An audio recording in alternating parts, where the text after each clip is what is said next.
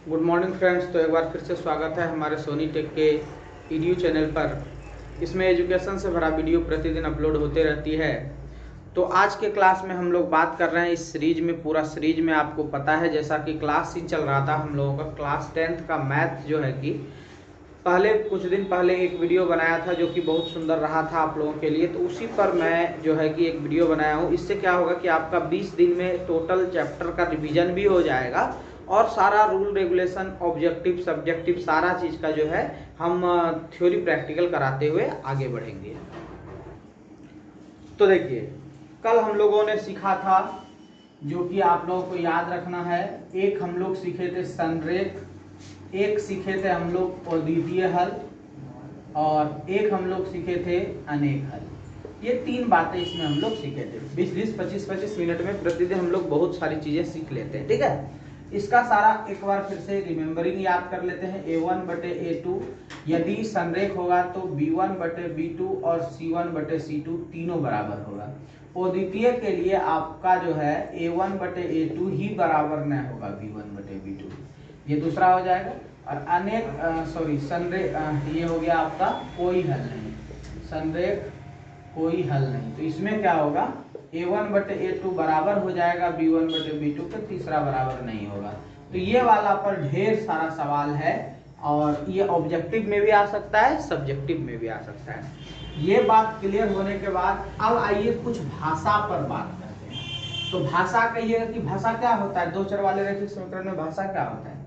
तो देखिए, इसमें कुछ अनुमान होता है, अनुमान या मान लेना जिसको हम लोग कहते हैं, मान लेना या हम लोग कहते हैं लेट पॉइंट।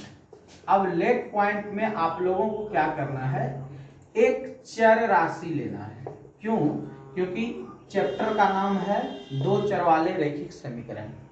तो उस चर को जब आप लेंगे तो चर को लेने के बाद आप लोगों को क्या करना है कि चर वाला फॉर्म में जो आप या तो x का लो या तो y का लो, कोई दो चर का ले लो।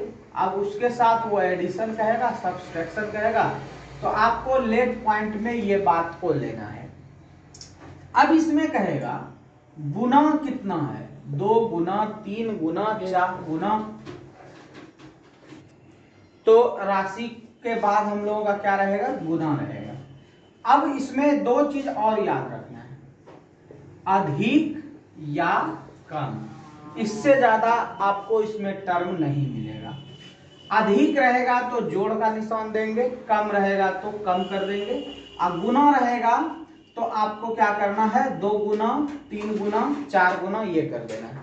एक चीज और रह सकता है पश्चात, और एक रह सकता है पूर्व। पश्चात में जोड़ना है, पूर्व में घटाना है। इतना बात को याद रख लो, दो चर वाला रैखिक समीकरण का सवाल यूं बन जाएगा, कोई दिक्कत नहीं है। चलिए सवाल रहेगा, सवाल मैं एक लिखता हूं,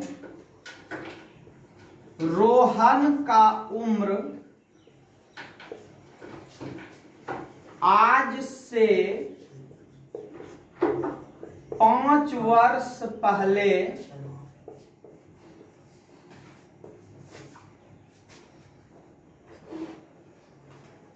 वर्तमान उम्र से उम्र के 3 गुना से 5 अधिक है। ठीक है, चलिए एक भाषा मैंने लिखा, उस भाषा को हम लोग इसको क्या करेंगे, गणितीय रूप में हल करेंगे। और जब गणितीय रूप में हल करेंगे फिर ग्राफीय विधि में हल कर देंगे, और ग्राफीय विधि में हल कीजिएगा फिर उसको ग्राफ विधि से ग्राफ पर हम लोग दर्शा सकते हैं। ठीक है, यही क्वेश्चन होता है इसी तरह का। इसी में 2 पार्ट आ जाएगा, अभी एक पार्ट मैंने लिखा, इसी में दूसरा पार्ट भी आ जाएगा। अब क्या करेंगे, रोहन का उम्र आज से 5 वर्ष पहले, पहले की बात कर रहा है तो पहले का मतलब पूर्व हो गया, और यही बाद में कहता तो मैं प्लस और माइनस का बात खेल करना है। एक तो गुना, देखिए गुना का बात आ गया, एक अधिक इसका भी बात आ गया, और एक वर्तमान उम्र से पहले। बस इतने बात को तो ध्यान में रखना है, बस काम हो जाएगा, ज्यादा नहीं है। तो हम एक ही शब्द में सारा चीज को इंक्लूड कर दिए। जो इस तरह का बात को समझ लेगा तो देखिए अब करना क्या है, रोहन का तो क्या कह रहा है, वर्तमान उम्र से, है ना। तो लिखेंगे मोना की रोहन का वर्तमान उम्र, यहीं से तो खेल शुरू हुआ है, क्योंकि ये बात नहीं रहेगी तो कुछ भी नहीं होगा। तो रोहन का वर्तमान उम्र बराबर मान लो कि x वर्ष, ठीक है, यहां पर माना लगा दीजिए, ये हम लोगों ने मान लिया। अब क्या कह रहा है प्रश्न से, उस पर जाओ। प्रश्न से कह रहा है 5 वर्ष पहले, 5 वर्ष पहले। अब देखिए इसमें घटाते क्यों है पहले में, इस बात को समझिए। मान लो कि आज मेरा उम्र 25 साल है, तो कहेगा 1 साल पहले तो 24 साल के थे ना, 2 साल पहले 23 साल के थे, 3 साल पहले 22 साल के थे, तो थे क्या, जितना उम्र आपका अभी वर्तमान में है, जितना साल पहले का रहा है उतना घटा देंगे। लेकिन अभी वर्तमान उम्र पता नहीं है, वो है x, तो x में घटा दो 2 वर्ष, कोई दिक्कत नहीं। 5 साल पहले का रहा है, 5 साल घटा दो, कोई दिक्कत नहीं। तो वही तो कह रहा है 5 वर्ष पहले, यानी कि रोहन का उम्र अभी x वर्ष है, अब 5 साल पहले की बात कहेगा तो कितना हो जाएगा, x माइनस 5 वर्ष। ये तो हो गया बात क्लियर।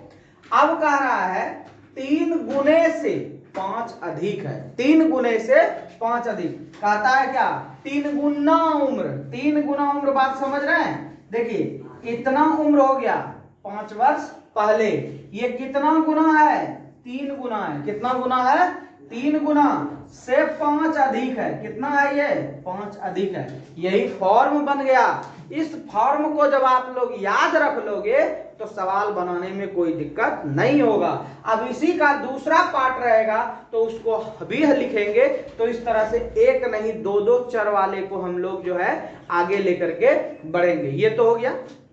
अब बात कर लेते हैं इसी में से एक और एग्जांपल लेकर के, केजी वेजी वाला जो रहता है उसमें क्या दिक्कत होती है, ठीक है, उसमें भी आप लोगों को दिक्कत नहीं झेलना है। कहेगा ऐसे डायरेक्ट कहेगा, अब इसमें गुना उना कुछ नहीं, कहेगा 3 केजी या फिर 3 गेंद और 5 बल्ला की कीमत 180 रुपया है, तथा 6 गेंद और 7 बल्ला की कीमत 240 रुपया है। कहेगा कि समीकरण, गणितीय समीकरण क्या होगा, यही कहेगा। तो अब इसमें बात करना है, गेंद कितना 3, तो ये 3 गुना गेंद है, कितना गेंद है 3 गुना, तो इसमें भी वही करेंगे। माना कि एक गेंद की कीमत बराबर x रुपया, कितना हो गया x रुपया, और एक बल्ला है आपका, एक बल्ले की कीमत बराबर y रुपया, कितना हो गया y रुपया।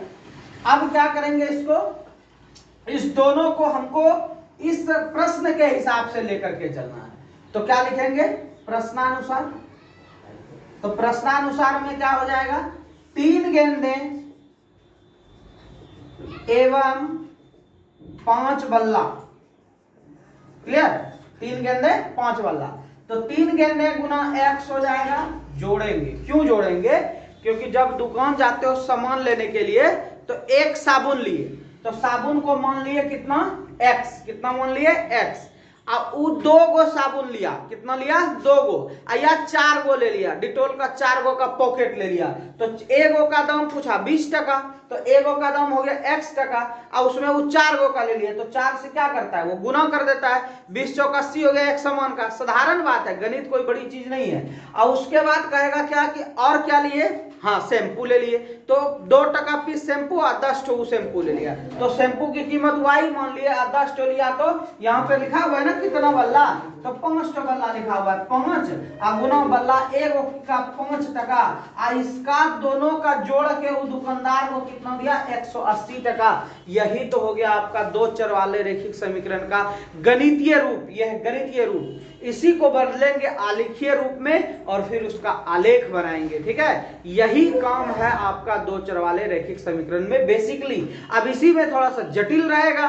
जटिल क्या है, कोई बड़ा बात नहीं है, जटिल एकदम कहीं नहीं मिलेगा, मेरे हिसाब से पढ़ोगे तो जटिल कहीं नहीं नजर आएगा। अब आगे कहता है 6 गेंदे और 7 बल्ला, तो गेंद तो खरीदा है वो, तो x होता है गेंद, और 6 को खरीदा है तो 6 को से गुना कर देंगे, अब बल्ला को कहते हैं y, और इसमें जो है कि 7 को से गुना कर दिए, और इसका कीमत वो लिया दुकानदार 240 टका।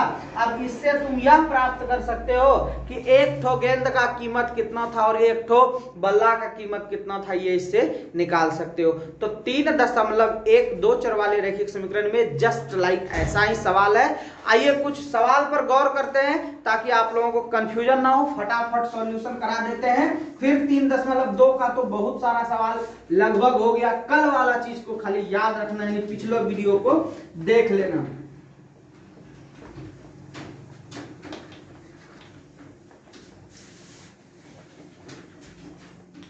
तो देखिए 3.1 में आपका जो कह रहा है वो प्रश्न क्या क्या कह रहा है, ध्यान से देखना। इसी में कोई आदमी होगा, कोई ज्यादा रिलेशन बड़ा बड़ा नहीं रहता है। एक बात कह रहा है 3.1 में, ध्यान से समझना, तीनों को एक में सॉल्यूशन कर देते हैं। कहता है क्या कि आफ्ताब अपनी पुत्री से कहता है, अब इसमें एक आदमी है आफ्ताब, ये अपनी पुत्री को कह रहा है, ठीक है, ये कह रहा है ना, इसको क्या कह रहा है, 7 वर्ष पूर्व मैं तुमसे। अब इसमें दोनों की बात को लेके चलना पड़ेगा। दोनों की बात क्यों लेके चलना होगा, मैं तुमसे, एक दूसरे से रिलेशन बना रहा है, तो एक ठो को x मान लेंगे, एक ठो को y मान लेंगे। यानी आफ्ताब अपनी पुत्री से कहता है तो क्या करेंगे, आफ्ताब का उम्र को मान लीजिए x, और जो है पुत्री की उम्र को मान लीजिए y। हो गया, 2 बात क्लियर। ऐसे भी 2 बात ही लेकर के चलेगा ज्यादा, क्योंकि 2 चर वाला रैखिक समीकरण है। कहता है 7 वर्ष पूर्व, बात को समझो, 7 वर्ष पूर्व। अब देखिए यदि 7 वर्ष पूर्व कहेगा तो आफ्ताब भी तो अपने जीवन का 7 वर्ष पहले जाएगा और उसकी पुत्री भी 7 वर्ष पहले जाएगा। तो 7 वर्ष पूर्व अब आफ्ताब देखिए कितना हो जाएगा, आफ्ताब हो जाएगा x - 7, क्योंकि 7 वर्ष घट जाएगा, और उसकी पुत्री का भी जो है y - 7 हो जाएगा। ये हो गया। कहता है तुमसे 7 गुनी आयु का था, तुमसे आफ्ताब कह रहा है ना, किससे, y - 7 से 7 गुनी था। कितना था, 7 गुनी, कितना था, तो x - 7 अब बराबर कर दो y - 7। चलिए ध्यान दीजिए, इस बात को थोड़ा सा गणित से हट करके भी सोच सकते हो। क्या सोच सकते हो, देखिए यदि मान लो कि x - 7 है आफ्ताब, कौन है ये, आफ्ताब पिता है, अब पुत्री उससे, उसकी पुत्री है तो छोटी होगी, बड़ा हो गया x - 7 और छोटा हो गया y - 7। यहां पर क्या करता है बच्चा, कंफ्यूज आ जाता है कि इसमें 7 गुना करें कि इसमें 7 गुना करें। इसमें कह रहा है ना 7 गुनी थी, गुनी भी लिख देते हैं, 7 गुनी बात कर रहा है, ठीक है, ये हम लिख रहे हैं 7 गुनी। कहता इसमें गुना करें कि इसमें गुना करें। रे भैया ध्यान से यहाँ पे देखो, समझ में आ जाएगा कि किसको गुना करना है। आप बताइए, ये पिता है, ये क्या है, पिता, ये क्या है, पुत्री, ठीक है। कंफ्यूजन देखो बच्चा कहां करता है। अब इधर भी गुना करके दोनों तरफ में गलती कर देंगे दोनों समीकरण में, तो आंसर सेम आएगा, ध्यान रखना। लेकिन आपका सवाल गलत हो जाएगा क्योंकि कैलकुलेशन आपका करने का तरीका गलत था। तो पिता और पुत्री, तो अब मान लो कि पिता का उम्र है 10, कितना है पिता का उम्र 10, उस स्थिति में पुत्री का उम्र कितना होगा, 2, कितना होगा, 2, कितना होगा, 2, मान लो सपोज 2 वर्ष है, तो ज्यादा ये रहेगा, कम ये रहेगा।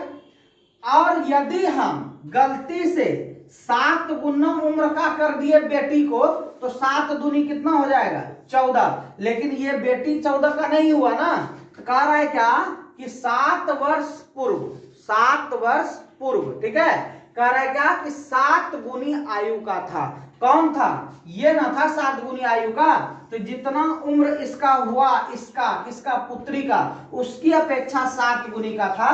तो इसको 7 से हम लोग क्या कर दिए, गुनी कर दिए। ना कि इधर गुना करना है, इधर करना है पुत्री में गुना करना है, ठीक है, किसमें करना है, पुत्री में। ये तो हो गया एक तरीका जानने का कि कम जिसमें रहेगा उसमें गुना करेंगे, एक चीज क्लियर हो गया। दूसरा तरीका देखिए इसका क्या है, भाषा से समझ लोगे कि किसको गुना करना है, ध्यान से देखना। कहता है 7 वर्ष पूर्व मैं तुमसे, तुमसे, तुमसे किसको कह रहा है, देखो यहां ये अवताब है, ये कह रहा है तुमसे, तुमसे मतलब पुत्री से। अब पुत्री के साथ जो लगा हुआ रहेगा का, के, किस से, ये सब लगा हुआ रहेगा, तो इसमें मल्टीप्लाई कर देना है 7 या जितना कहेगा उतना। जिससे कहेगा, जिसके कहेगा, ठीक है, तुमसे कहेगा, राम से कहेगा कि इतना गुना है, बेटा से कहेगा, जिससे कहेगा उसमें 7 से गुना कर देंगे। उसमें क्या कर देंगे, 7 से, या जितना कहेगा उससे गुना कर देंगे। ये आपका हो जाएगा समीकरण का जो है यहां पर बात कर रहा था, ये आप जो है इतना लिख करके इसको 7 से गुना कर दो। क्लियर?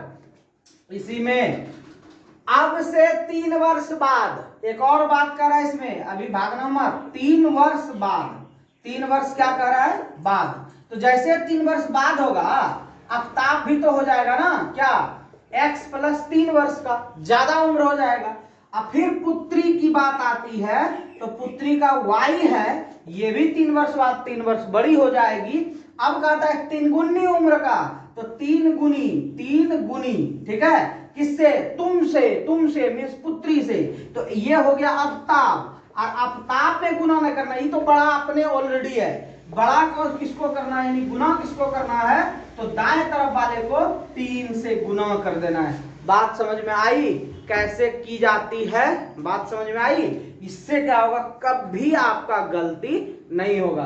तो ये दोनों समीकरण जो हम लोग लिखे, ये हुआ आपका बीजीय रूप में, गणितीय रूप में। इसी को हम लोग करेंगे आलेखीय रूप में। तो देखो कैसे करेंगे, बस कुछ नहीं करना है, 7 - x दिया हुआ है, इसको कर दो 7y हो जाएगा, -7 × 49 हो जाएगा। 7 को इधर लेते हो, x - 7y, क्योंकि प्लस है तो इधर माइनस हो जाएगा, इधर -49, इसको उधर ले जाओ +7, x - 7y बराबर -42, समीकरण नंबर 1। ये वाले से करो, यहां पर प्लस में है x + y बराबर 3 से y को गुना करो 3y + 3 तिहाई हो गया 9, और y को इधर लेते हो, x + y - 3y, यहां पर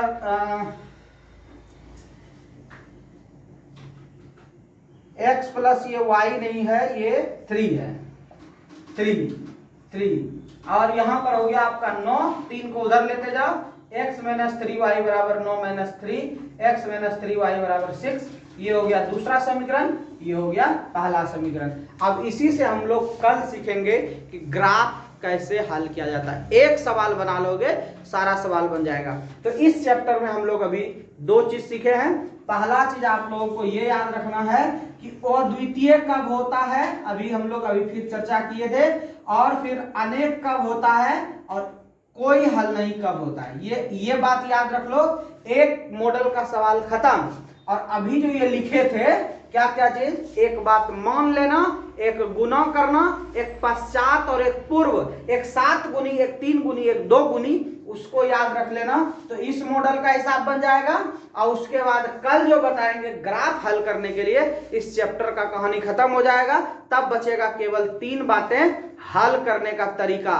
किस चीज को हल करने का, 2 चर वाले रैखिक समीकरण को हल करने का जो तरीका बचेगा उसको हम लोग पढ़ेंगे। विस्थापन विधि, विलोपन विधि, ब्रज गुणन विधि, वो तीनों विधि को हम लोग पढ़ लेंगे। दो चर वाले रैखिक समीकरण खत्म। उसमें ज्यादा दिक्कत नहीं है हल करने वाले में, उसमें एक एक सवाल बताएंगे, सब हो जाएगा। मेनली इसको समझ लेना है, कल के क्लास में आपका दोनों चीज क्लियर हो जाएगा। तो दो चर वाले रैखिक समीकरण को कल अच्छे से पढ़ लेना है, फिर इसका प्रैक्टिकल जितना दिन कर सकते हैं, जितना अभ्यास बना सकते हैं, कोई दिक्कत नहीं, ठीक है। मिलते हैं कल फिर इसी क्लास को आगे लेकर के।